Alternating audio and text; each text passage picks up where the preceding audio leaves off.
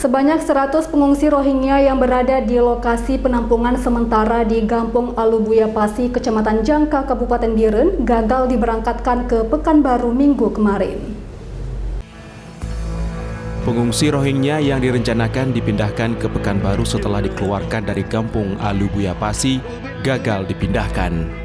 114 pengungsi asal Myanmar itu pun harus bermalam di Gedung Serbaguna, Kecamatan Jangka hingga Senin kemarin 21 Maret 2022. Bupati Biren Muzakkar Agani mengatakan belum ada kejelasan lebih lanjut pemindahan warga Rohingya ke Pekanbaru, sehingga untuk saat ini mereka menginap di Gedung Serbaguna dan diharapkan proses pemindahannya dapat segera dilakukan.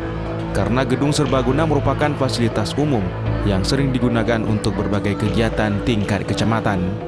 Selain itu, fasilitas kamar mandi hanya tersedia 1 unit di gedung tersebut, sehingga tidak memadai untuk digunakan oleh ratusan warga Rohingya. Nah, hari ini mereka sudah digerakkan ke aula ruang rapat di kantor Camat Jangka itu sementara. Ya. Tapi ruangnya sangat sempit. Ya.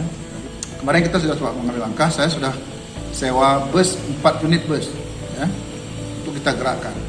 Tapi masih ada kendala-kendala dari pihak-pihak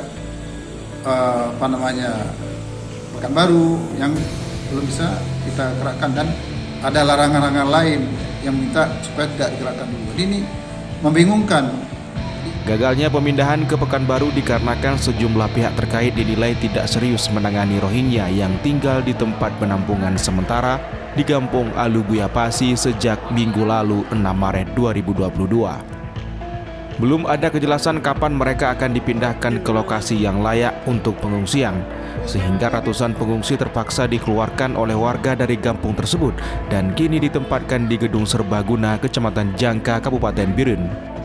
Dari Kabupaten Biren, Musriadi iNews melaporkan.